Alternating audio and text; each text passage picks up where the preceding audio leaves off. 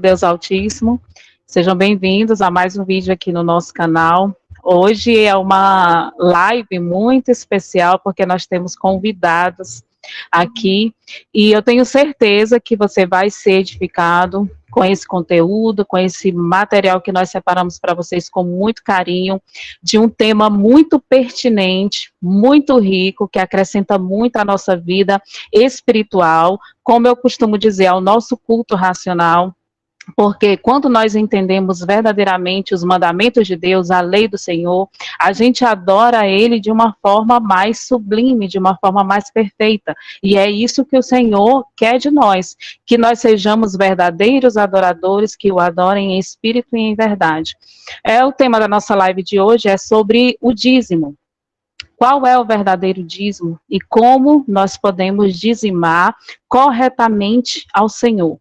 E existe, eu já quero começar essa live dizendo o seguinte, que existe um erro, uma visão comum de todos, que quando nós falamos em dízimo, as pessoas já levam o lado de dinheiro, né, de valor pecuniário, de 10% dos seus rendimentos. E já quero introduzir essa live dizendo que não se trata de dinheiro. Não se trata de avareza, porque às vezes conversando com algumas pessoas, as pessoas dizem, você não concorda, né, em dar o dízimo. Eu falei, não, eu concordo com o dízimo, né, só que o que a palavra de Deus expõe acerca do dízimo, não se trata de dinheiro, mas dos frutos da terra.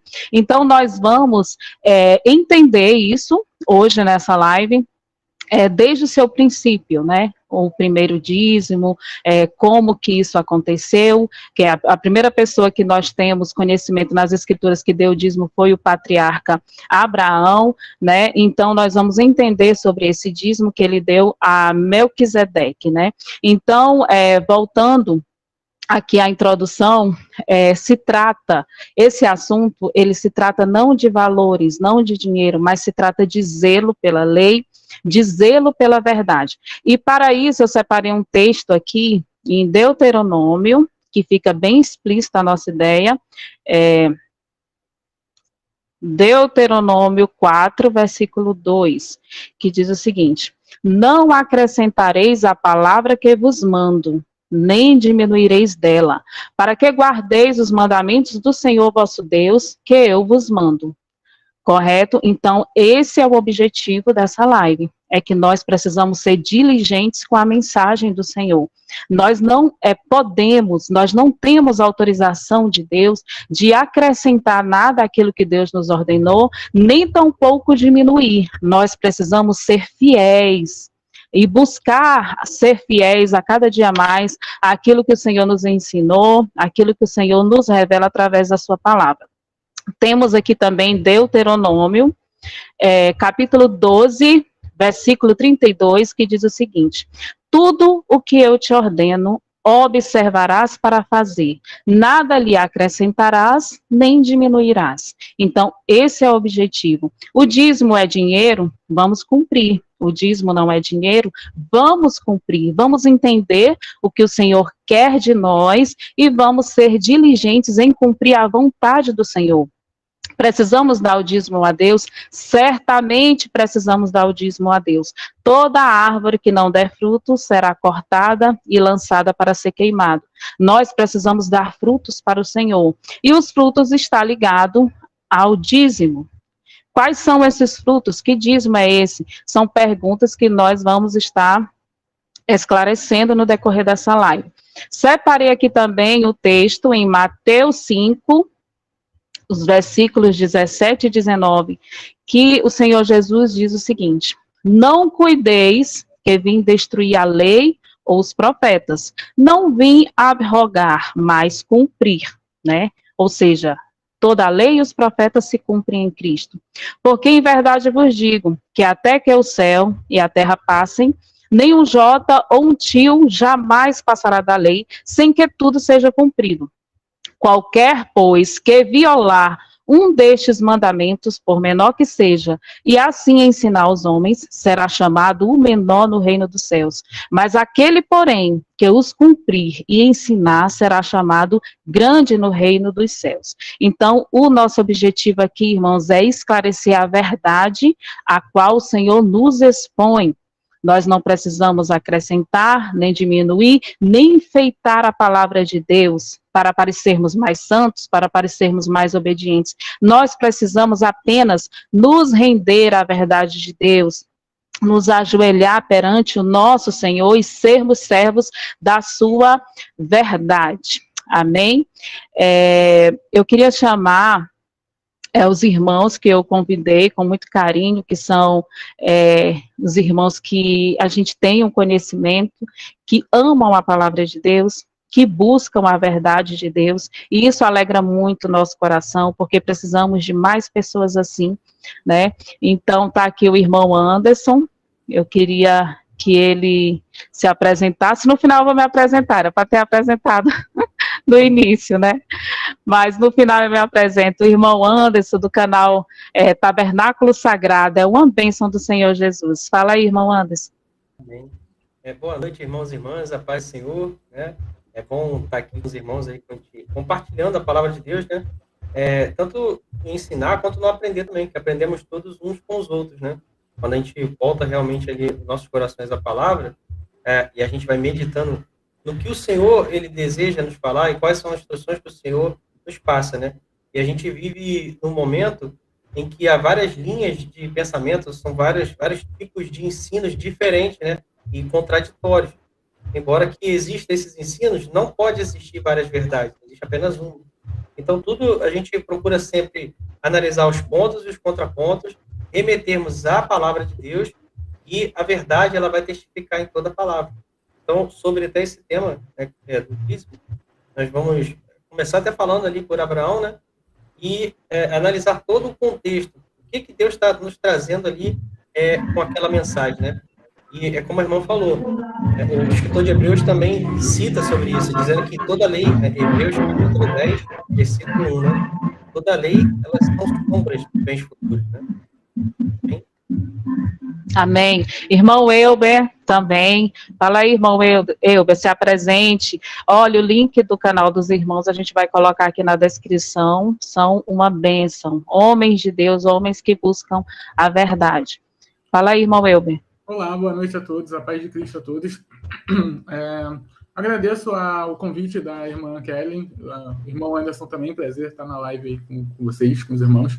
Uma coisa importante que eu queria colocar também aqui, tá? É que, pelo amor de Deus, não usa os nossos vídeos, tá? Ou o nosso conteúdo para tentar causar rebelião ou causar um mal-estar dentro da igreja, tipo, os meninos ali, e a menina, né, e a moça Kevin, estão falando que dízimo não é dinheiro, então a gente vai começar a causar uma rebelião dentro da igreja por conta disso, e aí a gente vai causar todo um conflito, todo um desgaste, porque os meninos ali na internet falaram uma coisa que talvez meu pastor não fala ou não acredita muito. Então tem que ter prudência, tem que ter discernimento, tá? O objetivo aqui não é causar divisão no corpo, não é causar nenhum tipo de intriga ou conflito, ok? Então a gente vai entrar nesse assunto aí, o irmão Anderson trouxe os textos para a gente ler, para a gente meditar, e eu espero que abençoe muito a vida de vocês.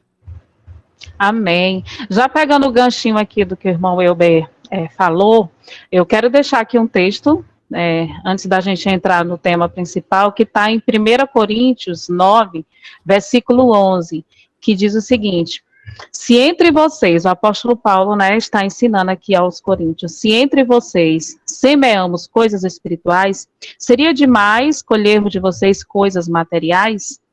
Certo? Então, muitas vezes tem um irmão, uma pessoa que se dedica ao ensino da palavra de Deus, se dedica à obra de Deus, e muitas vezes nós somos alimentados espiritualmente pelo trabalho, pelo cuidado desse irmão em conhecer a verdade e partilhar.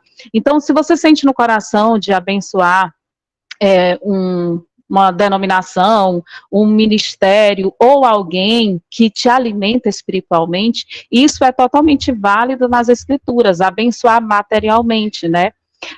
Abençoar com alimento material, já que você está recebendo um alimento muito mais excelente que o alimento espiritual. Então, não se trata disso, como eu disse, não é que você não tem que dar, não é que você tem que reter a bênção para você, porque o nosso foco é a Nova Jerusalém, nosso foco são bênçãos espirituais, né? Mas se trata de zelo, de entender verdadeiramente o que é o dízimo. O que é dízimo? Ele é dinheiro? Ele é 10% do seu salário? A Bíblia ensina isso? É isso exatamente que a Bíblia está ensinando a nós sobre o dízimo? Ou o dízimo está relacionado à ressurreição, às primícias da terra, que são pessoas para Deus? Então, ao decorrer da live, a gente vai contextualizar todo esse entendimento e vai ficando cada vez mais claro. Tá bom? Irmão Anderson, você quer introduzir aí o tema? Sim, sim. Vamos pegar até aqui o texto, né? A gente vai falar sobre Abraão e Melquisedeque, mas vamos contextualizar aqui. Né? Gênesis capítulo 14 vai descrever aqui uma guerra que vai haver entre 4 reis contra 5 reis, né?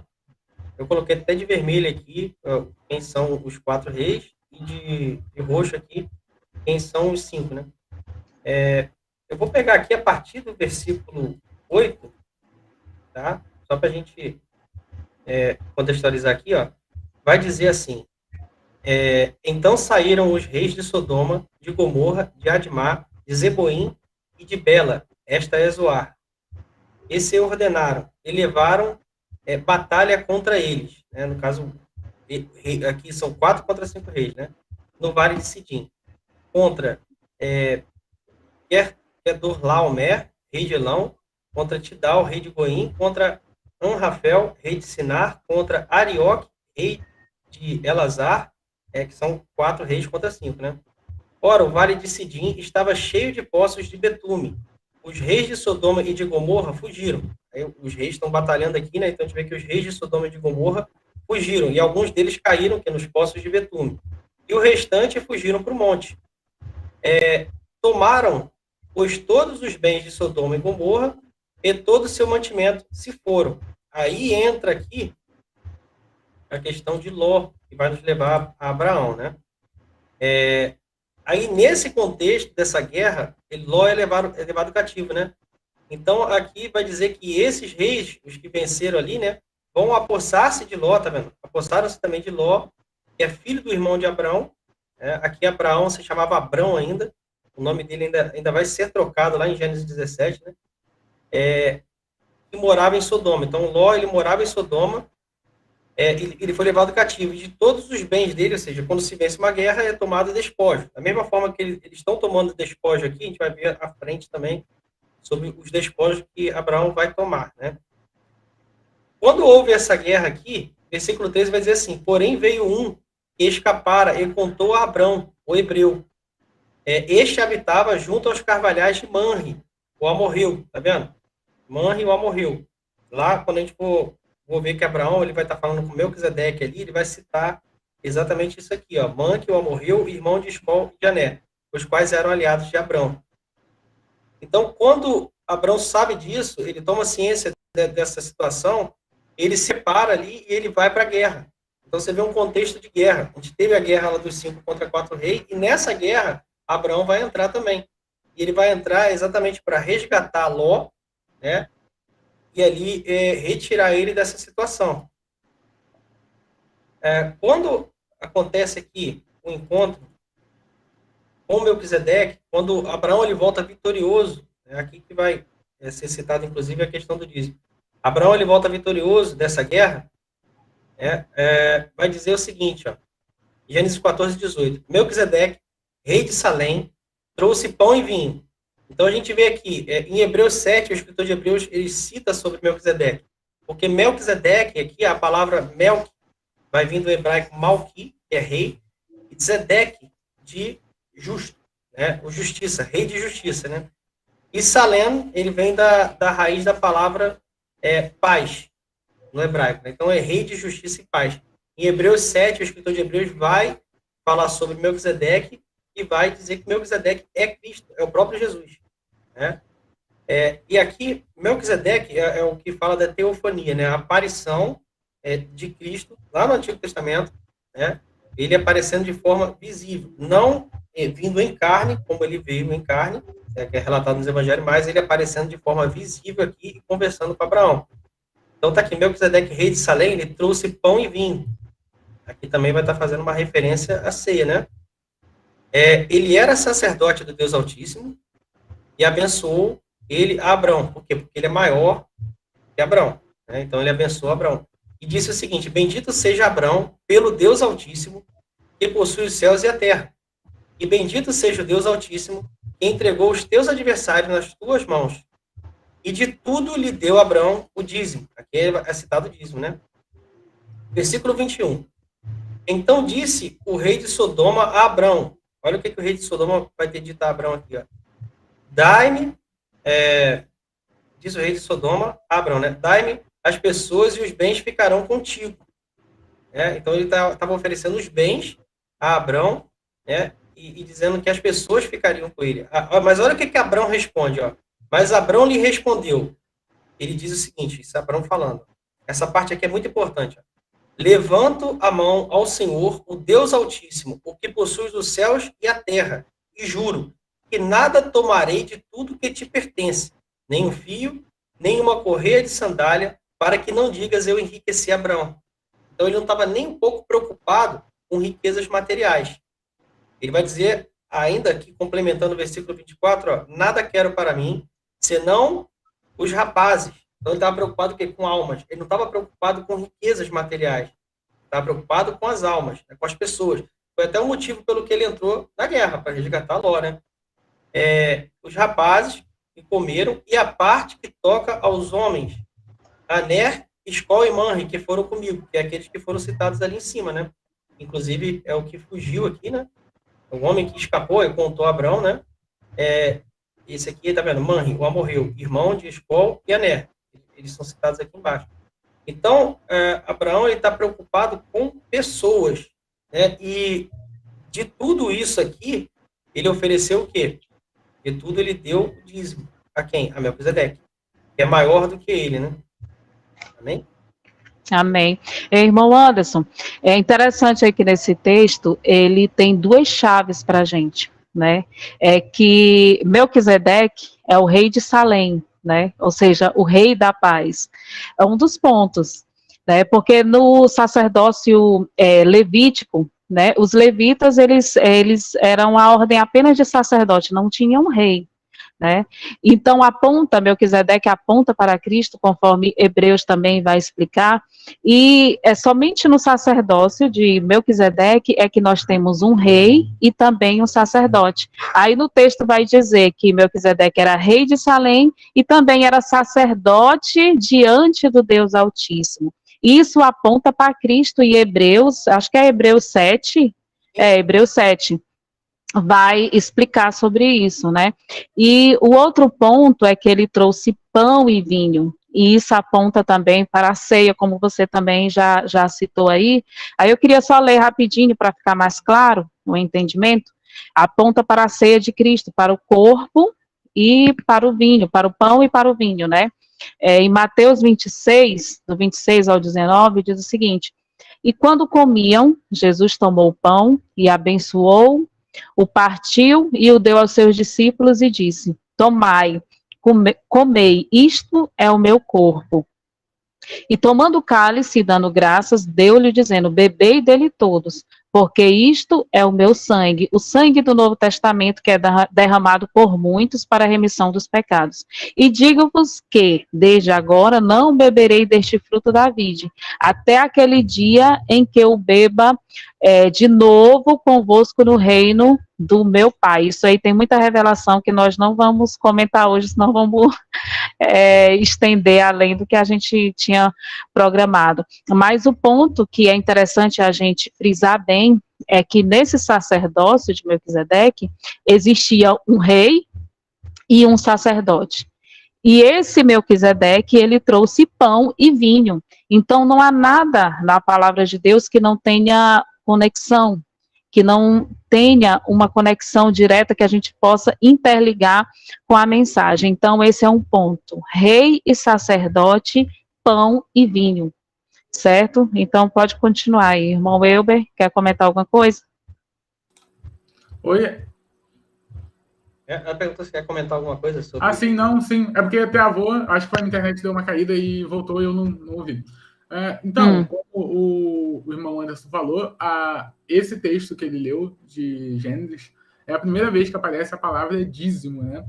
E como eu estava falando com os irmãos aqui antes da gente começar a transmissão, o livro de Gênesis ele vai ter uma proposta que é muito interessante.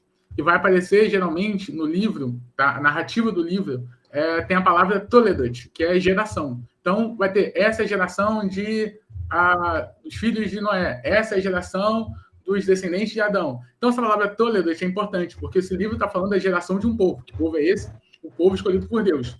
Então, quando Deus ele pega e ele coloca toda essa cultura, ele faz essa dicotomia de os povos que estão no Oriente Próximo com um povo que ele escolheu. Então, em Gênesis 12, ele chama Abraão. Abraão, sai da sua terra e vai para a terra que eu vou te mostrar, porque de lá nós vamos começar um novo concerto, um novo teatro, uma nova aliança, e daí, né, vai sair, da sua descendência vai sair o Messias, né? Então, a gente percebe o quê? Que dentro desse panorama, dessa dicotomia, você tem ali o dízimo entregue por Abraão, e você tem também as ofertas entregues por outras culturas pagãs, ali do Oriente Próximo. Você tem os caldeus, você tem os sumérios, você tem os amoritas, por aí vai. O interessante que a gente pode ver é Gênesis 4. Tem como abrir na tela? Tem, vou botar aqui. Gênesis 4. Gênesis 4. Gênesis 4, qual versículo? Capítulo 1, versículo 1. Então, Gênesis 4:1 vai falar assim, ó: coabitou o homem com Eva, sua mulher, então concedeu e deu à luz a Caim. Então disse: adquiri um varão com o auxílio do Senhor. Depois deu à luz a Abel.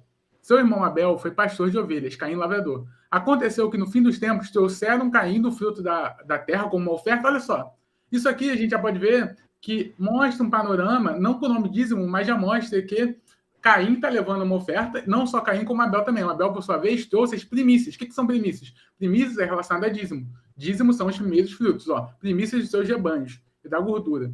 Desde se agradou o Senhor Abel da sua oferta. Então a gente já percebe que, desde lá de trás, você tem ali os povos que têm esse costume de tirar uma porcentagem para dar a Deus, né? Para dar aos deuses que criou um único Deus ou vários deuses, como é os outros povos.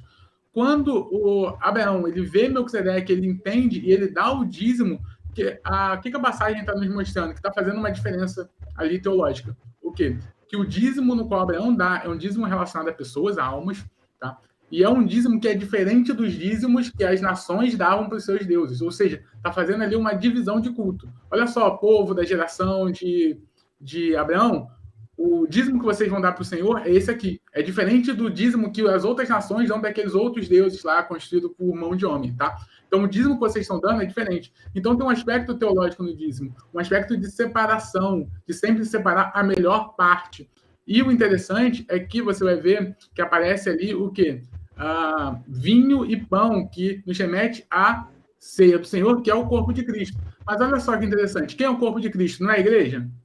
A igreja é o corpo de Cristo? Exatamente. Irmão Anderson, abre em Apocalipse 7, por favor.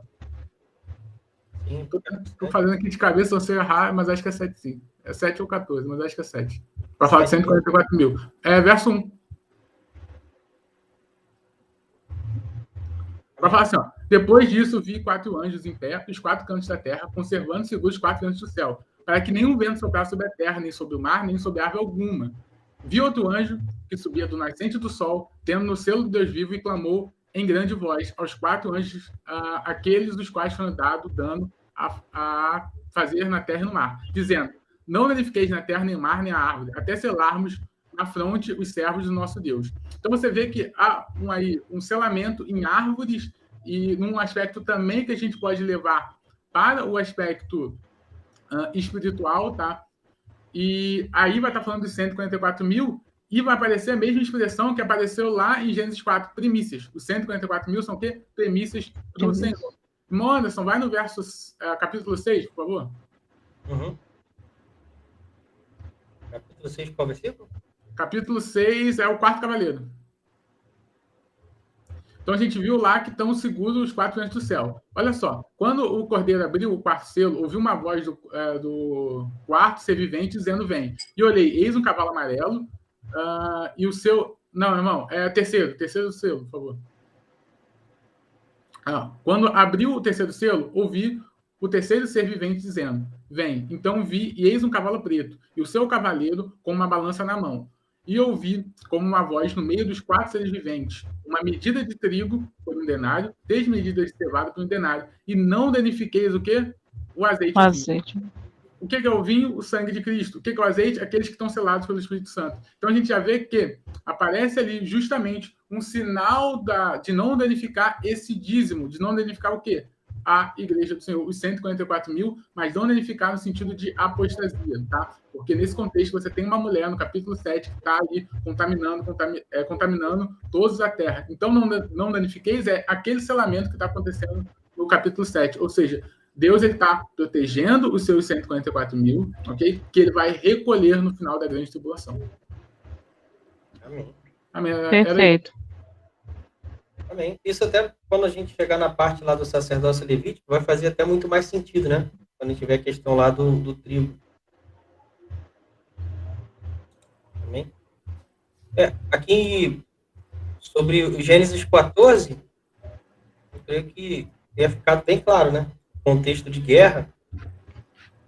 E quando a gente liga com o que a gente está vivendo hoje, exatamente o que a gente está vivendo hoje é um contexto de guerra. Né? Que vê que toda a terra ela ainda está dominada por coisas ruins. Cristo ele veio, ele morreu e ressuscitou, exatamente para que ali todas as coisas estivessem sendo cumpridas nele. Então, quando ele ressuscita ali, e ele direciona, né, ele comissiona os apóstolos, ele diz isso, ide por todas as nações, ensinando todas as coisas que eu vos tenho dito. Então, a palavra de Deus está sendo propagada em toda a terra. Pedro, o apóstolo Pedro, se eu não me engano, no capítulo 3, ele vai dizer que o Senhor, quando ele fala da volta de Cristo, ele está sendo longânimo, não querendo que ninguém se perca, né? Então, ele está tendo uma longanimidade para que a palavra dele se espalhe, as pessoas elas vão reconhecendo, e mesmo que morra, né? O que acontece, a pessoa morrer, mesmo que morra, se morre crendo em Cristo, mesmo que esteja morto, viverá, Deus diz, né?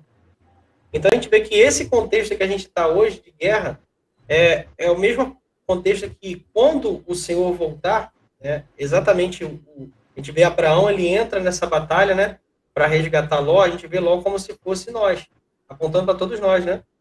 E Ló, ele é justo aos olhos do Senhor, ele, a sua família ali. Então, quando Ló ele é tirado ali, né, nessa guerra, Abraão entra e vai tirando ele, você vê que está apontando, a preocupação de Abraão era justamente as almas aqui, né? E aí, quando ele pega essas almas ali e leva e oferece o dízimo ao Senhor, a gente vê a mesma coisa quando o Senhor Jesus volta, né? Ele coloca todos os inimigos debaixo dos seus pés, e aí todos os inimigos estão debaixo dos pés do Senhor, e a sétima trombeta diz isso, né? Em relação à volta de Cristo, que os reinos do mundo passam a ser do nosso Senhor e do seu Cristo. Então, o Senhor Jesus, ele entra na guerra, ele pisa todos os inimigos e toma os despojos. E qual o despojo que ele vai tomar? Almas. Nós. Né? Então, da terra, tudo, até isso aí está ligado com a questão da ceifa, né? O pai e o filho ali, né? O filho entrega ao pai os despojos, né? E aí somos nós, com Cristo, reunidos com Cristo. Resumidamente, né? Perfeito. Eu queria até pedir para colocar na tela aquela menorá, porque a gente tem pessoas, né, que estão começando agora nesse assunto, para a gente fundamentar bem o início, né, do nosso entendimento. Eu queria, se possível, alguém pudesse colocar aí a menorá, para a gente ver que esse dízimo de Abraão, ele aponta para Cristo, né? O dízimo levítico, lá da lei, também aponta para Cristo. E o Senhor, ele nos ensina isso quando ele ensina para Moisés como construir a menorá, e através disso, ao longo do tempo, o Senhor ele vai nos revelando as grandezas da sua lei. As grandezas da lei de Deus, ele vai revelando paulatinamente. Então, quando chega em Apocalipse, na verdade, é o resumo, né, de tudo aquilo que o Senhor ensinou lá atrás. Então, é por isso que a maioria das pessoas, quando leem Apocalipse, não entendem a quantidade de símbolos que tem ali e não entendem a mensagem, né?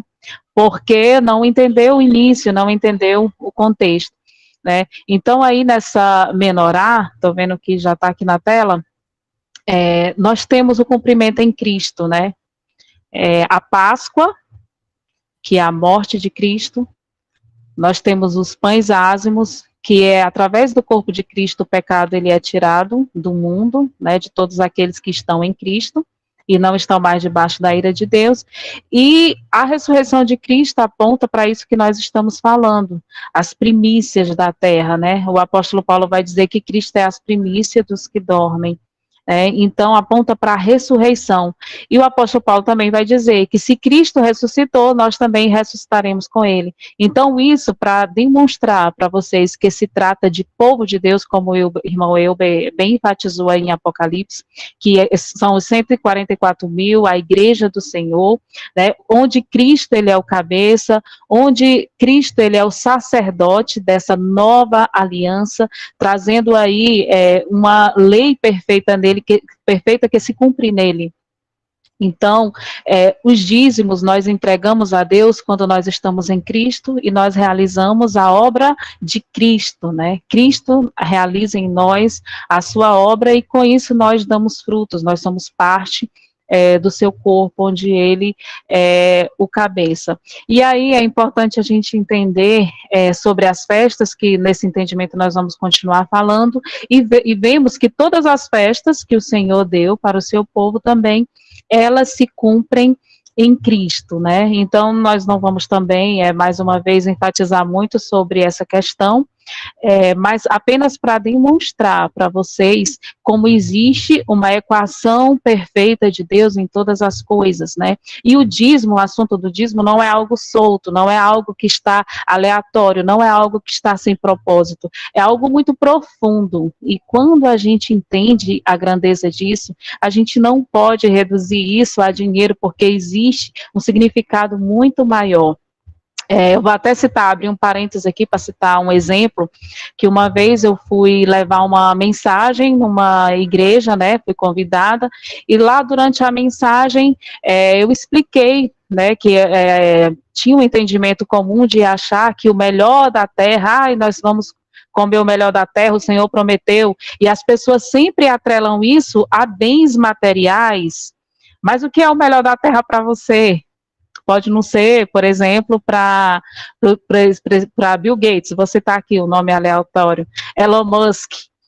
Às vezes, para nós, o melhor da Terra, vamos dizer assim, no conceito que as pessoas falavam, era um Corolla. Mas o que é um Corolla para o dono da Tesla, né? Elon Musk. Então, o que eu poderia oferecer para Elon Musk que ele não pode ter? O que seria o melhor da Terra? Um dos homens mais ricos do mundo, acho que hoje está como o mais rico do mundo, o que eu poderia oferecer para ele que ele é carente, vamos colocar entre aspas, onde o maior rico da terra, ele precisaria. A pessoa ela pode ser afortunada, pode ser rica, pode ser bilhardária, mas tem algo que é um calo, né, no pé de todo aquele que é nascido nessa terra, que é a morte, né? A morte vem para todos, envelhecer, morrer, adoecer. Então, quando você oferece Cristo, que é a primícia, que é a promessa de ressurreição, e que nessa ressurreição nós também ressuscitaremos com ele, ou seja, nós teremos vida e vida eterna, e esse é o melhor da terra. Então, Cristo é o melhor da terra. Não existe nada no mundo comparável a isso, porque por mais rico que você seja, você não pode comprar a vida eterna. Você não pode comprar a salvação eterna. Você não pode comprar. A palavra de Deus vem dizer que a gente não tem controle dos fios do nosso cabelo, de torná-lo branco ou preto. Isso não está no nosso poder, porque a gente tem algo muito poderoso que recai sobre nós que somos pecadores. Envelhecer, morrer, adoecer. Mas em Cristo, ele é vitorioso sobre todas essas coisas, né? Então, as pessoas, elas têm a tendência de materializar aquilo que Deus espiritualizou.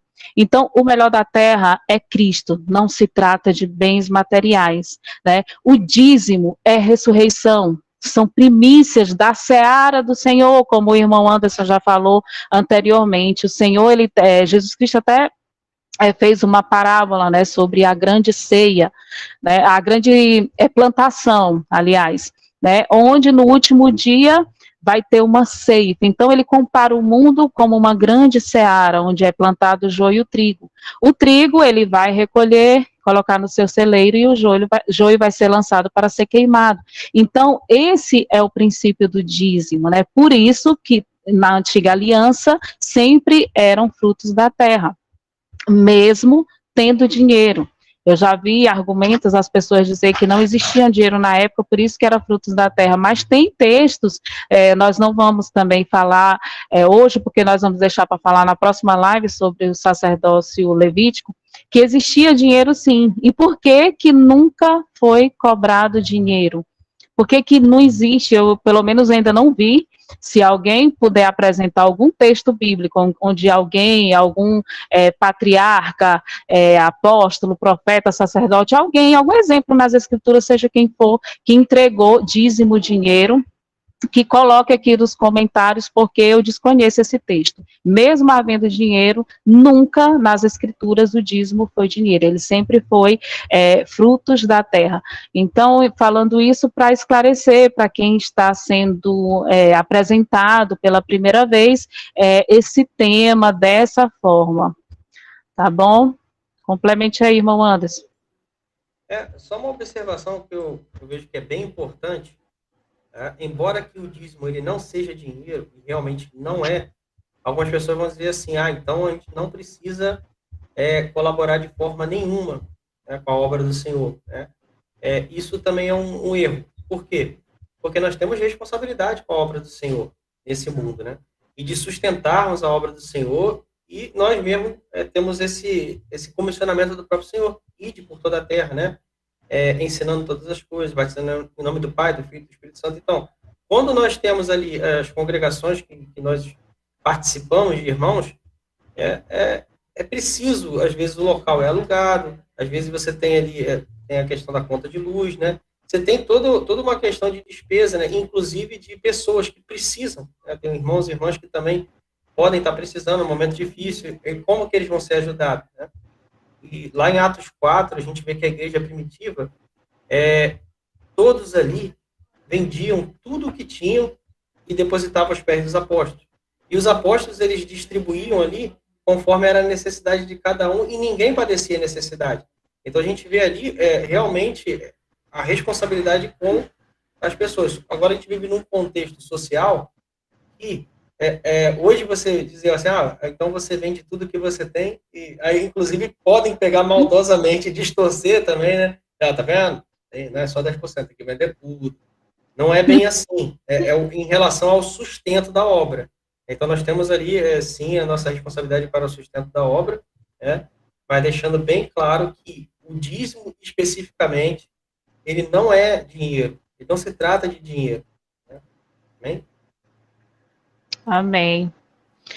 O dízimo, na verdade, até na lei, né, era para os levitas, para os órfãos e viúvas, né, para que eles possam comer e beber na presença do Senhor. Então, era o sustento, né, era comer e beber, certo? Então, é bem frisado isso, né, porque a gente só não pode mudar os nomes, né, dízimo é dízimo, não se trata de dinheiro. Agora, ofertar, a palavra de Deus ensina que é segundo o Senhor propôs no seu coração. Ele propôs quanto? Pode até ser os 10%, o Senhor propôs no teu coração 10%, dê, né? Então, não importa. Agora, o que me incomoda, e que eu acho que a gente, eu creio que nós somos a última geração, né? Que nós, da última geração, precisamos tocar a trombeta, é que as pessoas atrelam a palavra dízimo a dinheiro. Então, a gente precisa anunciar que não é. Quando a gente ouve falar em dízimo, quando a gente ouve falar em primícias, o que a gente tem que se lembrar? A gente tem que se lembrar da ressurreição de Cristo. Isso que a gente tem que se lembrar, a gente não tem que se lembrar de dinheiro. É uma estratégia, só fechar um parênteses aqui para passar para o irmão Elber, é uma estratégia que Satanás usa para tirar o foco da mensagem, para tirar o foco da verdade. Eu vou citar alguns exemplos aqui rapidamente, como, por exemplo, eu estou citando isso bastante, que é o que a gente está vendo. Eu já citei em outros vídeos, vou citar nesse de novo. Você vê, o arco-íris, o Senhor, ele colocou lá como um símbolo da aliança de Deus com Noé, que ele jamais destruiria a terra com o dilúvio novamente. Então, você vê movimentos anticristãos que colocaram o arco-íris como seu símbolo. Eu estou dizendo isso porque até um irmão fez um vídeo, esse vídeo viralizou, que era de um brinquedinho que fizeram nas cores do arco-íris, ele alertando, olha, não compra esse brinquedo não, porque esse brinquedo, ele tem cunho LGBT, né? Então, eu falei assim, não, esse brinquedo, quando alguma criança olhar para ele, o que ela tem que se lembrar? Que o arco-íris é símbolo da aliança de Deus com os homens, não do movimento LGBT. Né? A Páscoa, as pessoas não têm que se lembrar, passamos pela Páscoa recentemente, quando a gente ouve falar em Páscoa, o que as pessoas lembram? De coelho, de ovos de chocolate? Não, a Páscoa é a morte de Cristo, e ela foi na sexta-feira, não foi no domingo. Atualmente as pessoas comemoram no domingo, mas não é, segundo as escrituras é na sexta-feira, porque Cristo morreu na sexta-feira, e a Páscoa dos judeus era comemorada na sexta-feira. Da mesma forma, quando nós ouvirmos falar em dízimo, Satanás usou estratégia. Você ouve a palavra dízimo, aí vocês vão se lembrar, o dízimo é dinheiro, é 10%, eu tenho que entregar lá na igreja. Não, quando você ouvir a palavra dízimo, segundo as escrituras, se trata de frutos da terra, se trata de primícias, os primeiros frutos da terra e também do seu rebanho, né? Já apontando para o Cordeiro perfeito que tira o pecado do mundo. Então, enfatizar esse ponto, e o irmão Elber, eu queria que o irmão Elber desse aí a contribuição valiosa dele aí também, nesse ponto. Sim, perfeito. Eu vou falar aqui rapidinho, né, para a gente passar pelo texto de Gênesis 28, mas eu concordo com o que a irmã Kelly falou sobre as datas, esses eventos que tem, que a gente pega e a gente muda o símbolo que deveria ser um símbolo de fé, de um símbolo da gente estar ali cultuando ao Senhor e levar mais a mensagem do Senhor, e a gente acaba paganizando e demonizando esse símbolo. Exemplo, a gente pega a Páscoa e fala Páscoa é uma festa de pagã, de demônios, por aí vai. Calma, a Páscoa é a morte do nosso Senhor e também a ressurreição do nosso Senhor. Então vamos olhar para a Páscoa nesse sentido. Quando você for ensinar seu filho sobre a Páscoa, ou você for ensinar alguém sobre a Páscoa, você vai ensinar a mensagem de morte e ressurreição de Cristo. Isso é importantíssimo, isso é fundamental, porque se Cristo morreu e ressuscitou, nós também iremos morrer e ressuscitar. Se Cristo não morreu e não ressuscitou, é vã nossa fé. Então, tudo que a gente pode fazer para mostrar ao mundo que o nosso Senhor morreu e ressuscitou e está vivo, e o pacto da nova aliança está em vigor, e ele vai voltar para cumprir o que ele falou que vai cumprir, para estabelecer o reino dele, a gente tem que fazer. A mesma coisa, o Natal. Mas o Natal é uma festa de 25 de dezembro. A gente não está olhando para o nascimento desses deuses pagãos, como falam por aí. A gente está olhando uma data simbólica para o nascimento do nosso Senhor Jesus Cristo. A gente escolheu uma data simbólica, tá? Não estou falando que foi essa data, foi em setembro, mas a gente escolheu, a tradição escolheu uma data simbólica para lembrarmos que Cristo nasceu, como a gente escolheu uma data simbólica para lembrar que Cristo morreu e ressuscitou por nós. Então, o que a gente tem que fazer nessas datas? Juntar nossas famílias, fazer uma comunhão ao Senhor e falar do nosso Senhor, que ele morreu, ressuscitou e está vivo, e ele vai voltar para cumprir o que ele tem que cumprir, estabelecer o seu reino e colocar os inimigos debaixo dos pés dele. Perfeito. Amém.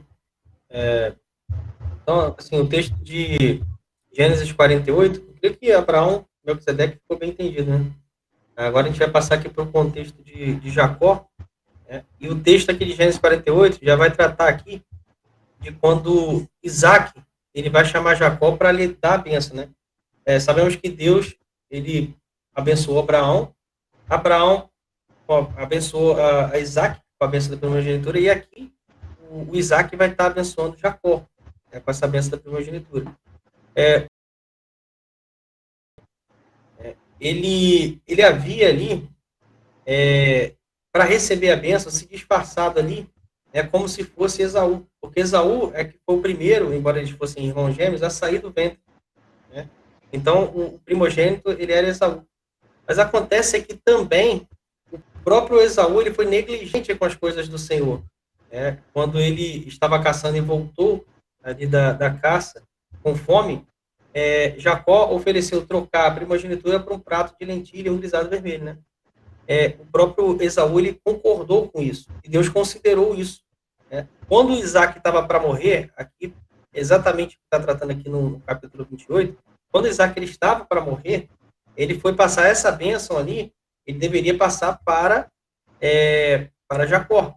Né? Só que Esaú iria se precipitar, receber a bênção, e Isaac iria passar a bênção para Esaú. Então, a mãe de Jacó ali orienta ele a que ele se disfarce do irmão, para que ele receba a bênção no seu lugar. E assim foi feito. Então, ele se passou por Esaú, recebeu a bênção, e ali, devido a isso, Esaú vai ficar com muita raiva. Esaú vai ficar com raiva realmente de matar o irmão. Estou aqui resumindo aqui só para a gente não precisar ler todos os versículos, mas está na tela aí. É bom os irmãos em casa lerem, né? E vai dizer aqui, que vendo, pois, Esaú que Isaac abençoara Jacó, e o enviava para Padã-Arã para tomar esposa lá, né? E foi até uma recomendação que ele teve que não tomasse das cananeias, né? Por conta de algumas coisas que aconteceu até naquele contexto de Noé, de que Canaã e toda a descendência de Canaã foi maldita, né? Foi amaldiçoada. Então, o próprio Esaú também, ele, além de estar atrás de Jacó, né? Perseguir de morte, ele também desobedeceu seus pais aqui, foi à casa de Ismael, e além das mulheres que já possuía, tomou por mulher Maalate, filha de Ismael, né? Então, isso aqui descontentou muito também ali Isaac e Rebeca, né? Então, você vê que aqui está realmente até a descendência da carne por parte de Ismael, está se unindo aqui a descendência de Esaú, ó. Então, isso aqui tem coisas profundas aqui também, só não vai entrar no mérito aqui. Então, quando Jacó, ele sai fugido, ele no caminho, tá vendo? Ele partiu Jacó de Berseba e seguiu para Arã. Tendo chegado a certo lugar, ali passou a noite, pois já era o sol posto. Tomou uma das pedras do lugar, fez de travesseiro e deitou ali mesmo, para dormir. Aqui Deus vai falar com ele. E sonhou, exposta na terra, uma escada cujo topo atingia o céu, e os anjos de Deus subiam e desciam por ela. Perto dele estava o Senhor, e lhe disse, eu sou, olha que tremendo, eu sou o Senhor Deus de Abraão, teu pai, de Isaque. A terra em que agora está deitado, eu te darei a ti e a tua descendência. A tua descendência será como o pó da terra. Isso aqui é tremendo, isso aqui vai ligar com Efraim e algumas coisas que Jacó também, lá em Gênesis 48, vai proferir palavras profundas, né? Estender-se-á para o Oriente, para o Ocidente, né? Para o Oriente, para o Norte, para o Sul. Em ti e na tua descendência serão abençoadas todas as famílias da terra. Sempre quando está citando aqui essa descendência, está se falando de Cristo, né? Porque em Cristo são abençoadas todas as famílias da terra, né? Eis que eu estou contigo e te guardarei por onde quer que fores e te farei voltar a esta terra, ele estava saindo fugido, né? Farei voltar a essa terra porque te não desampararei até cumprir aquilo que hei referido. E a gente lembra, o irmão Elber citou aí sobre a promessa que ele fez a Abraão. Isso aqui é muito profundo, porque passa de Abraão para Isaac, Isaac está passando para Jacó.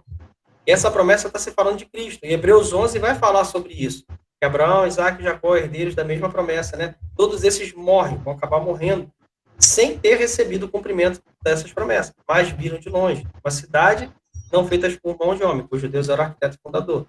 Isso aí está falando da Nova Jerusalém, que é exatamente a igreja, judeus e gentios congregados em Cristo, formando um corpo qual Cristo é o cabeça. Né?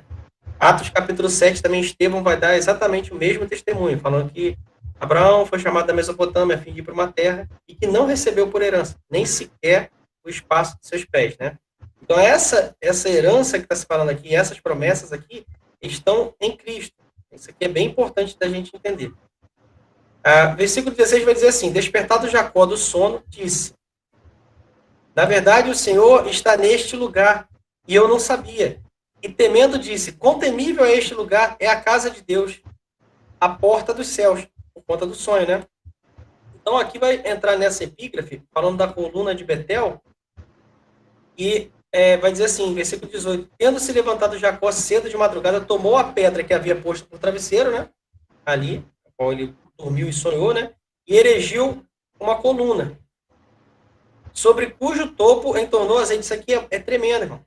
Porque vai estar ligado a algumas coisas do Apocalipse, que diz assim, o vencedor farei coluna no santuário do meu Deus, né? Porém o nome do meu Deus, né? E o nome da cidade do Deus, a Nova Jerusalém. Você vê como é que as coisas vão se ligando. A gente só não vai se aprofundar em alguns pontos aqui, por conta do foco, né? Mas isso aqui, vai estar falando, ó, erigiu coluna e entornou azeite. O azeite, ele também vai fazer menção do Espírito Santo. Você vê que o Espírito Santo, ele vem sendo derramado sobre o cabeça, Cristo ungido do Senhor, e do cabeça para todo o corpo. Né? O Senhor envia o Espírito Santo. E ao lugar, cidade que outrora chamava Luz, deu o nome de Betel. Betel significa casa de Deus, exatamente porque ele reconheceu que aquele lugar ali Deus estava, né? Fez também Jacó um voto dizendo, aí aqui entra na questão que vai levar ao dízimo aqui, né, no contexto de Jacó. Se Deus for comigo e me guardar nesta jornada, que empreendo e me der, aí aquilo que a irmã Kellen citou, pão para comer, roupa para vestir, sempre falando aqui também de alimento, né? De maneira que eu volte em paz para a casa do meu pai, então o Senhor será o meu Deus, e a pedra que erigi por coluna será a casa de Deus, e de tudo quanto me conceder, certamente eu te darei o dízimo. Então aqui vai ligar coisas aqui muito tremendas. A gente vê que é o contexto de que ele já não estava na sua terra, ele estava peregrino em terra alheia, né? E aí ele pede proteção a Deus, da mesma forma que hoje nós somos peregrinos na terra. Essa terra aqui ainda não é do Senhor, porque ele ainda não voltou para colocar todos os inimigos debaixo de seus pés e estabelecer o seu reino, né? Mas isso é profetizado, e isso vai acontecer. Por isso que nós somos, como o apóstolo Paulo diz, né? Como embaixadores, 2 Coríntios 5, nós somos como embaixadores de Cristo. Nós representamos um governo que não é esse governo que está presente no mundo hoje, mas nós representamos o governo de Cristo dentro desse governo. Né? Então é bem interessante. Então nós estamos exatamente dessa maneira, peregrinos, e o Senhor está sendo conosco. E aí, aqui, se a viagem for segura, tudo aconteceria de maneira segura, né? O que Jacó fala aqui é que de tudo quanto conceder a ele, certamente dará o dízimo. E de Jacó, o nome dele foi trocado, vai ser trocado à frente, né? Para Israel, a gente vê que vai vir uma nação. Essa nação vai ser dividida em duas partes. Uma nação com 10 tribos ao norte, que é chamado de Reino de Israel, e com 2 tribos ao sul. Esse Reino de Israel ele é destruído. 2 Reis 17, tem um relato histórico. O Reino do Sul é preservado porque as profecias dizem que de Judá virá o Messias. Olha de quem faz menção às promessas. Exatamente em Cristo, todas as coisas aqui a gente vai ter vitória em Cristo. Daí que entra o contexto do dízimo. Amém? Podem comentar, irmãos. Perfeito. Eu queria só pincelar aqui o versículo 20, na parte que fala, se me der pão para comer, né? A parte B. Uhum. E Jacó fez um voto dizendo, se Deus foi comigo e me guardar nesta viagem, que o irmão já explicou que é a nossa peregrinação aqui nesse mundo que eu faço, né? E me der pão para comer, já foi explicado, né? É acerca do corpo de Cristo, que ele é o nosso pão, o pão que desceu do céu. E tem muitos textos que Jesus explica isso. E vestes para vestir faz alusão tanto com Gênesis, quando na queda do homem, quando o Senhor ele mata um cordeiro e da pele do cordeiro faz vestes para cobrir a nudez do pecado do homem que perdeu as suas vestes espirituais, como Apocalipse 12, a mulher que está vestida de sol. Então, essa mulher que está vestida de sol, representando a igreja, representando o povo de Deus, representando os 144 mil, que tudo isso são símbolos para falar do povo de Deus, né? Essa mulher ela está vestida de sol, onde Cristo é o sol da justiça, né? Por conta, nós fomos sarados, né? Mediante a pisadura dele, e com isso ele nos veste da nudez do nosso pecado. Então, para falar que como o irmão Anderson falou, olha, se a gente for comentar todos os pontos que interligam a coisas profundas, essa live não termina hoje, mas só para enfatizar esses 2 pontos que está fazendo ligação com o verdadeiro dízimo, que ele será entregue do filho ao pai no último dia, na colheita do Senhor, na grande ceifa que está reservado para o tempo do fim, na consumação dos séculos. Irmão Elber, Sim, continue. Então, só para a gente agora também entrar em um contexto um pouco mais histórico, vai ser interessante o verso, tendo-se levantado Jacó cedo de madrugada, tomou a pedra que havia posto por travesseiro e erigiu em coluna. Foram achados alguns templos, recentemente,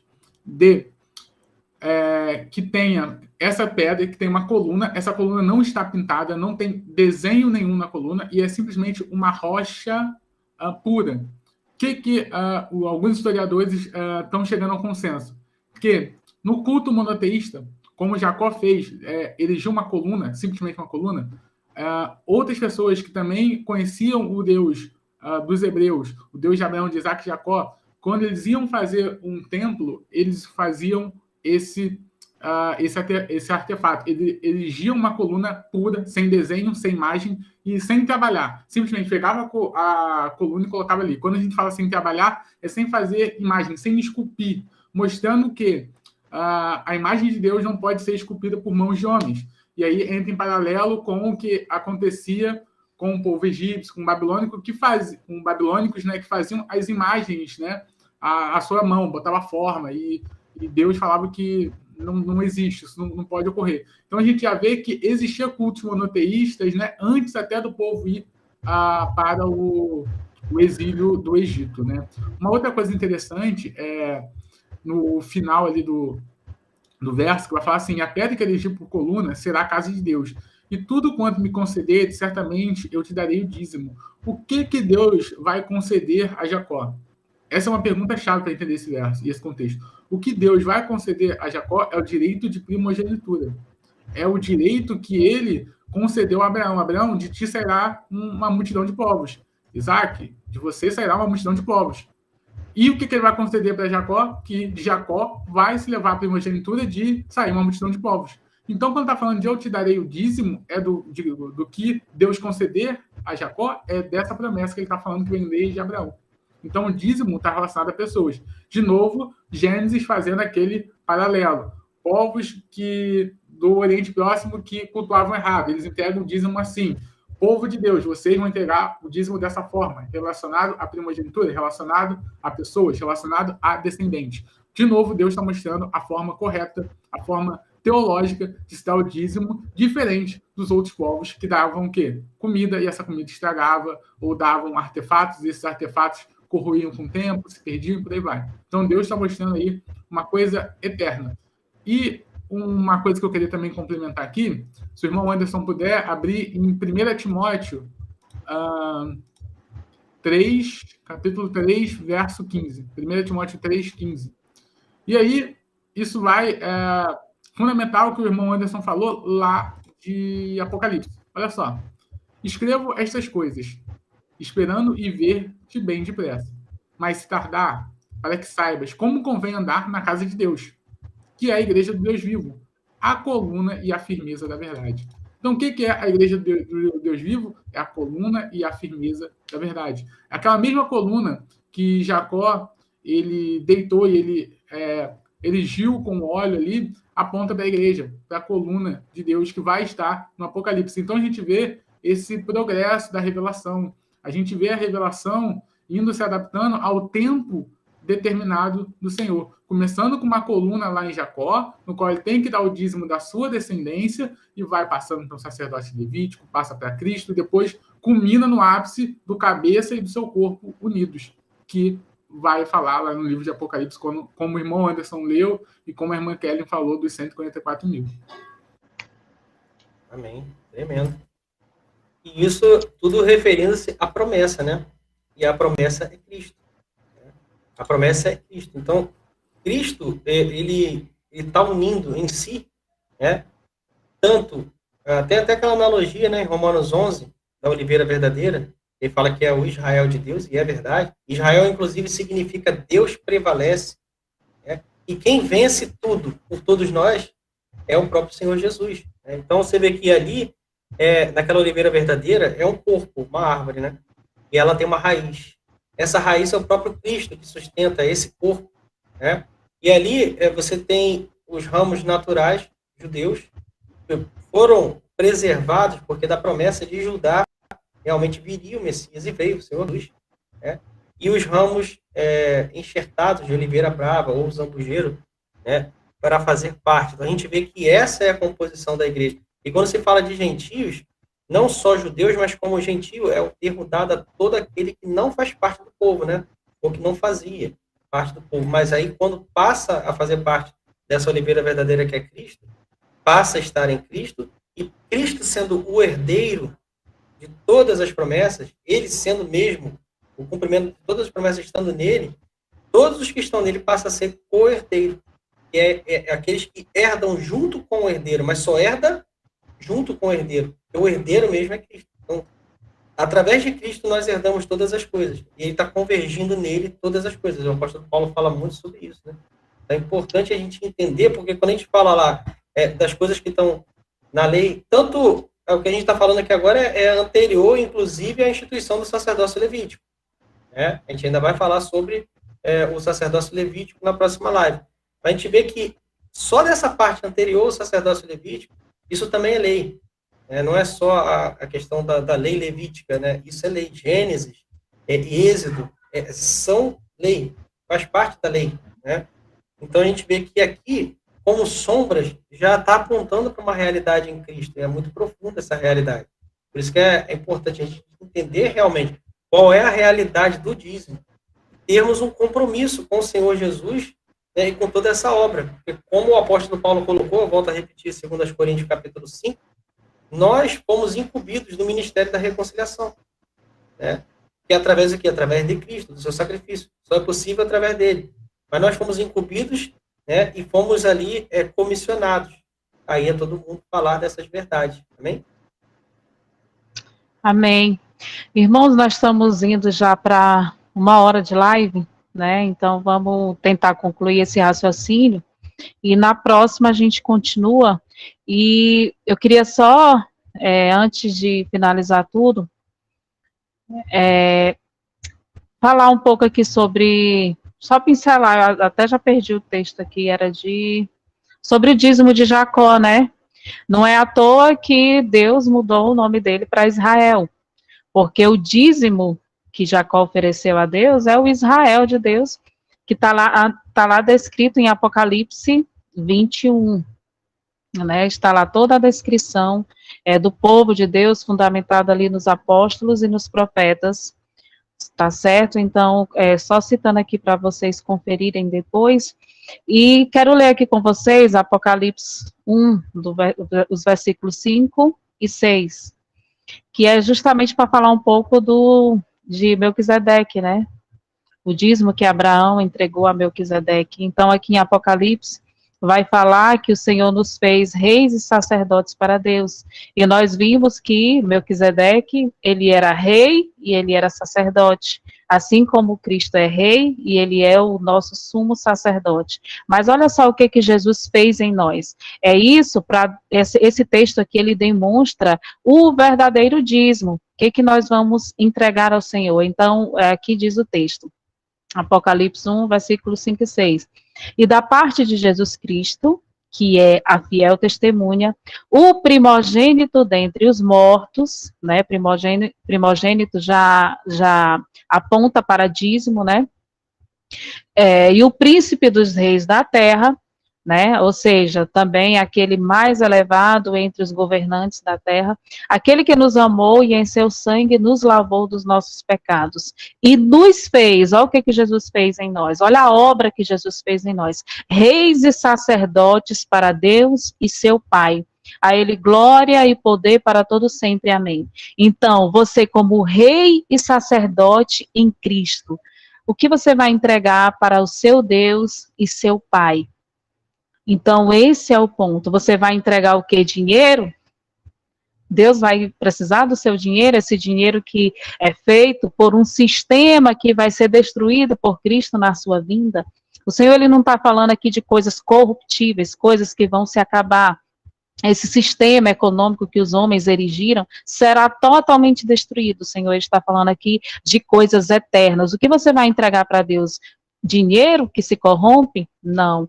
Né? Os nossos dízimos, as nossas primícias são almas, são frutos para a obra de Deus. Irmão Anderson, conclua aí o raciocínio, irmão Elber, e a gente coloca só uma reticência aqui nessa live, né? Para estar dando continuidade, os irmãos continuem acompanhando para serem edificados aqui com esse entendimento e sejam como os crentes bereanos, confiram tudo nas escrituras, confiram se aquilo que a gente está falando é verdadeiramente palavra de Deus, confira tudo, irmãos. Isso aponta para a nossa eternidade, então é o verbo de Deus, a palavra de Deus é o verbo de Deus. Como eu costumo dizer, a gente não pode dizer que ama a Cristo se a gente também não amar a sua palavra e ser diligente para com ela. Diga lá, irmão Anderson. Amém. Assim, é bem claro, né, porque quando a gente observa o ensino de Cristo e o ensino dos apóstolos, eles têm como base a lei, salmos e profetas, né? E é exatamente o que Deus, desde a fundação do mundo, ele vem dizendo. O Cordeiro de Deus foi morto desde a fundação do mundo. Então, a irmã Kelly até citou pontos muito importantes em Gênesis. Pontuamos algumas coisas aqui também no Apocalipse, embora a gente não entrou tão profundamente em determinados pontos, por causa do tempo, realmente, mas a gente vai falar mais a respeito disso, né? Para entendermos exatamente o que tudo que Deus está falando lá, né, na lei, nos salmos e nos profetas, isso ali utilizando de uma linguagem ainda em sombras, como o escritor de Hebreus diz, né? Hebreus 10:1, toda lei, ela não tem a imagem exata das coisas, elas são sombras, mas são sombras que apontam para uma realidade que é Cristo. Então, entender essa realidade é muito importante. Eu cito aqui o apóstolo Paulo, ele é o maior exemplo para mim disso. Por quê? Porque ele era o mestre da lei e dos profetas, né? Ele sabia muito, muito mesmo. Só que o entendimento distorcido que ele tinha lá pelas tradições dos anciões não permitia a ele enxergar certas coisas. Então, quando ele teve o encontro no caminho para Damasco com o Senhor Jesus, eu observo aquele texto e vejo Jesus praticamente não falou nada com ele. Só disse que ele era Jesus e que ele deveria, que é duro recalcitar, né, contra os agrilhões, que ele deveria ir para a rua chamada direita. Paulo, ele já foi associando tudo aquilo que ele já sabia na lei com aquela realidade em Cristo, porque ele ouviu falar de Cristo. Tudo que Jesus ensinou ecoou por toda a terra ali, dali a gente fala de Jerusalém, de todos os arredores ali, né? E ali Paulo soube de tudo aquilo, tanto que ele participou, antes dele pegar a carta para ir para Damasco, ele participou de perseguições ali, inclusive está o martírio do diácono Estevão também, e ele fala isso nas cartas. Ele fala que ele é o menor, inclusive, ele muda o nome dele de Saulo para Paulo por causa disso. Ele entende que ele fez algo terrível. E não precisou Jesus falar com ele o que ele fez de terrível, só pelo entendimento que ele já teve, ligando um ponto ao outro, ou seja, ele estava com toda a sombra na mente. Mas quando ele associou aquilo da lei que se tratava da realidade em Cristo, ele de besteira. Aí ele já se voltou completamente ao Senhor, entendendo já a realidade daquilo e passou a ensinar aquilo. Aprendeu muitas coisas com os apóstolos, ele se tornou um apóstolo, inclusive, né? E tudo aquilo, tanto Cristo já passava, Cristo já veio trazendo muitas coisas da realidade do que estava na lei ali, através de seus ensinos. Os apóstolos continuaram isso. Então, eu vejo que todos nós devemos nos ter como base, temos como base o ensino de Cristo e dos apóstolos. E através dali a gente vai ver que tudo, desde Gênesis até Apocalipse, vai testificar. A verdade, ela vai testificar em toda a Escritura. Por isso que é importante a gente estar, como a irmã falou, como bereanos, né? Examinando a Escritura, amém? Amém. Irmão Elber. Amém. Então, agradeço a participação, o convite. Foi bem legal fazer essa live. De novo, a gente está tentando passar aqui esse conteúdo com a máxima responsabilidade possível, tá? Com o máximo temor possível, ok? O objetivo, de novo, não é que você pegue o vídeo e saia jogando na cara da sua comunidade, da sua liderança. Não é isso, esse não é o objetivo, tá? O objetivo é mostrar a nossa interpretação e como a gente está entendendo esse contexto de dízimo, ok? Não é para fazer divisão em igreja, não é para fazer divisão no corpo de Cristo, o objetivo não é esse, tá? O objetivo é colocarmos a nossa visão, nosso entendimento conforme a palavra nos mostra, tá? E que nós estamos abertos a discutir no bom sentido, a debater no bom sentido sobre a interpretação. Se a nossa interpretação estiver equivocada e apontar o erro do nosso equívoco, com certeza nós iremos, não, realmente, aí nesse ponto nós erramos, como já fizemos isso diversas vezes, e não é demérito ou vergonha nenhuma isso, ok? Na verdade, é sinceridade e temor. Eu queria concluir, né, todo esse raciocínio com um verso que está em 1 Coríntios 13, o verso 3 a 4, que vai dizer assim: e ainda que distribuísse toda a minha fortuna para sustento dos pobres, e ainda que entregasse o meu corpo para ser queimado e não tivesse amor, nada disso me aproveitaria. O amor é sofredor, é benigno, o amor não é invejoso, o amor não trata com leviandade, não se ensoberbece. Então, o que acontece, irmãos? Quando Cristo instaura a nova aliança, ele sobe o nível, agora é a base do amor.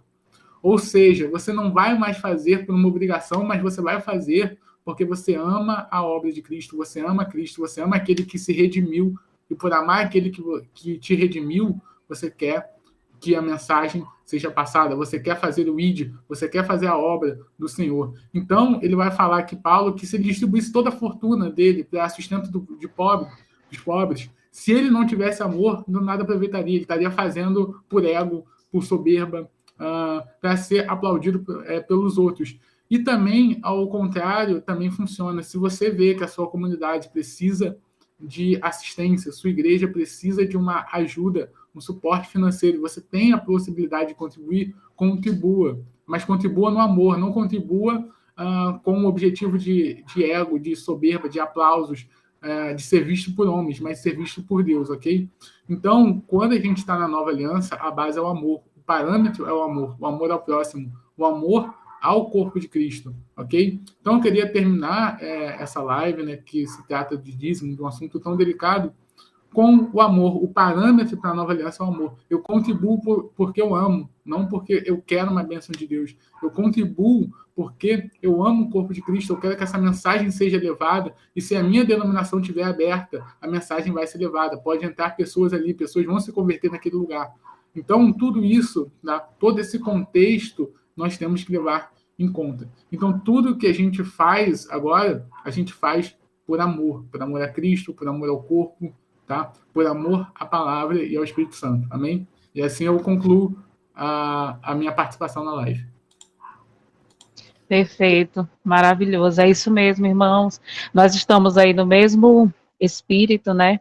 Que o nosso objetivo é partilhando, né, irmãos? Eu costumo até dizer, eu sempre desde nova, eu me angustiava no meu espírito por conhecer as coisas de Deus, né? Sempre gostei disso, mas ficava só para mim. E com o tempo, o Senhor veio me incomodando que a gente precisa partilhar, né? Porque a gente percebe que muitas vezes as pessoas elas ficam naquele entendimento, não avança no conhecimento do Senhor, e isso o Senhor nos cobra. Você vê que lá em Oséias diz o seguinte: olha, eu dei para vocês as miríades, as maravilhas, as grandezas da minha lei, mas vocês a têm como coisa estranha. A gente não tem familiaridade, muitas vezes, com as grandezas de Deus, né? Como eu coloquei aqui o nome do canal, Equação de Deus, porque, de fato, existe uma equação perfeita na mensagem de Deus que se conecta, né? Então, como o irmão Elba falou, é por amor, é por comunhão, por amor a Deus em primeiro lugar, por amor ao corpo de Cristo, né? E por amor também à sua palavra, à sua lei, né? Então, esse é o objetivo de nós estarmos aqui, como o irmão falou, não é causar divisão. No entanto, a gente sabe que Cristo veio para pôr guerra, né? Ele mesmo diz isso. Porque a luz, ela milita contra as trevas. Então, muitas vezes, não tem como a gente combater o erro sem causar algum tipo de desconforto. Isso Jesus fazia, os apóstolos faziam, e é necessário para o nosso crescimento espiritual e intelectual, na presença de Deus, mas como o irmão bem frisou, que tudo seja feito com amor, e que a gente coloque cada coisa no seu lugar, né? Contribuição financeira é uma coisa, contribuição espiritual, dízimo a Deus é outra coisa, oferta, você dê de bom grado, né?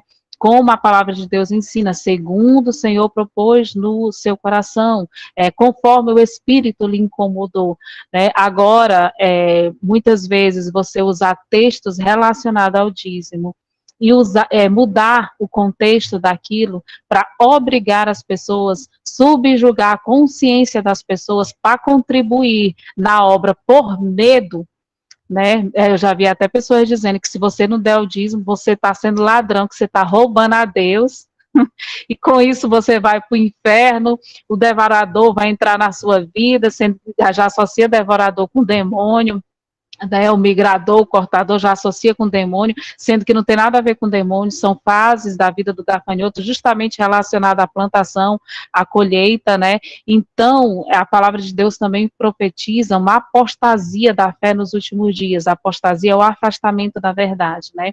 Mas o Senhor também, ele promete que nos últimos dias derramaria sobre toda a carne do seu espírito, e que os vossos filhos, vossas filhas profetizarão. Então, o Senhor resgataria essa verdade para que a verdade de Deus fosse pregada, né? E ai de nós, né, irmão, se a gente não disser isso, e se a gente não fizer. O Senhor nos mostrou, nos revelou pela sua infinita misericórdia, teve misericórdia da nossa alma, e foi ali, nos ensinou como um pai amoroso. Para quê? Para a gente ficar guardado para a gente? Não, para a gente partilhar, para que você que está ouvindo também venha refletir, venha ser incomodado. O objetivo é incomodar mesmo, para que você venha despertar em você o interesse de conhecer mais, não ficar só nisso que nós estamos falando aqui na live, porque na verdade o que nós estamos passando é muito superficial ainda. Existem águas mais profundas que a gente pode mergulhar acerca desse tema, né? Então, nós estamos pincelando, nós estamos, de certa forma, colocando uma interrogação, né, na mente de quem estiver ouvindo, para que você venha buscar, para que você sinta desejo de conhecer mais, né? Você colocou uma interrogação aí na sua mente, eu vou conferir esse negócio, eu vou conferir aqui na Bíblia, ou então eu vou desmentir aquela irmã lá, aqueles irmãos, vou desmentir ele. E com isso, sabe o que vai acontecer? Você vai entender melhor, você vai buscar, você vai se sentir incomodado em conhecer a verdade, e isso é bom, porque a verdade de Deus e a lei de Deus, ela tem que ocupar a nossa mente, vamos, assim, 90%, né, eu digo isso, 90%, porque isso está dizendo na palavra de Deus. Eu tenho muito, assim, eu sempre trago na minha vida o exemplo de Daniel, porque Daniel, ele era um mestre, né, lá em Babilônia, ele era um mestre, a Bíblia fala mestre dos magos, né, no sentido de dizer que ele era um sábio da Babilônia, ele era o mestre de todos eles, ele presidia os sábios da Babilônia. No entanto, tinha textos da lei que ele não entendia, e ele ficava angustiado, ele não conseguia dormir, e com isso ele fez aquele jejum de Daniel, que eu sempre gosto de falar, de 21 dias, porque a tecla que eu sempre bato é o seguinte: gente, se incomodem em conhecer a verdade de Deus, né? E Daniel fez esse jejum porque ele queria entender, e o Senhor, ele jamais rejeita aquele que se achega a ele em sinceridade. Então, se você com coração sincero quer conhecer a verdade de Deus, quer entender a mensagem de Deus de forma plena, o Senhor, ele vai te mostrar, ele vai se revelar a você, e você vai ficar maravilhado e vai entender que não tem como essa palavra, essa mensagem ter sido escrita por homens. Não tem como, ela é muito profunda, ela é muito grandiosa, ela é de uma sabedoria muito maior do que a nossa mente, né? Muito maior. Então, Deus colocou a sua sabedoria assim, de forma que os homens não podem subjugá-la. Os homens só conseguem se render a ela. Então, irmãos, eu agradeço demais a participação de vocês aqui no nosso canal, que é pequeno ainda, ainda tem poucos vídeos, tem poucos seguidores.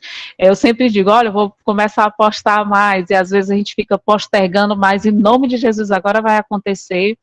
Eu tenho muita admiração por vocês dois, né? O irmão Anderson, ele é uma pessoa mais próxima a mim, eu conheço a integridade do irmão Anderson, o amor dele pela palavra, o zelo, né? Então, se alguém está aqui no canal e ainda não conhece o canal do irmão Anderson, vá lá, se inscreva, tem vídeos maravilhosos no canal do irmão Anderson, da mesma forma do irmão Elber, a gente vai colocar o link aqui, tem um conhecimento profundo da palavra de Deus, essas conexões, né, que eu particularmente sou maravilhada. Então, agradeço a participação de vocês, eu agradeço por vocês terem aceitado esse convite, agradeço a Deus pela vida de vocês, né, por ter separado vocês com esse conhecimento que tanto nos agrega, que tanto nos, assim, nós precisamos, né, irmãos, um dos outros, tá nos apoiando, nos edificando, amém?